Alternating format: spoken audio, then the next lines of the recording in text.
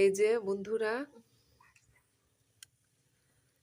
এই যে বন্ধুরা দেখেন আমরা চুলায় রান্না করছি, কারণ আমাদের গ্যাস নাই, তো শেষ হয়ে গেছে। ইন্ডাকশন চুলায় রান্না করি আর রাইস কুকারে ভাত করি, তো সব কিছু হয়ে গেছে বিকালে।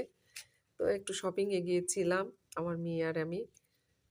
তো এসে ভাত উঠাই দিব, কিন্তু আসার সঙ্গে সঙ্গে ঝড়ো হাওয়ার বৃষ্টি সেরকম। তো কি করব, 11টা বাজে, অনেকক্ষণ ওয়েট করলাম।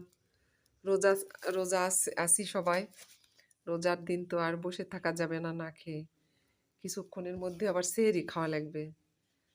তো আবার এই যে ছোট্ট একটা চুলা, এই চুলা জ্বালালাম, এখানে ভাত রান্না করছি। আল্লাহ হাফেজ।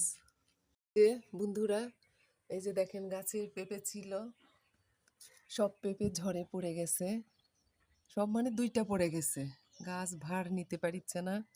পেঁপেগুলো পাকতো, কিন্তু আর পাকলো না, কাঁচায় পড়ে গেছে।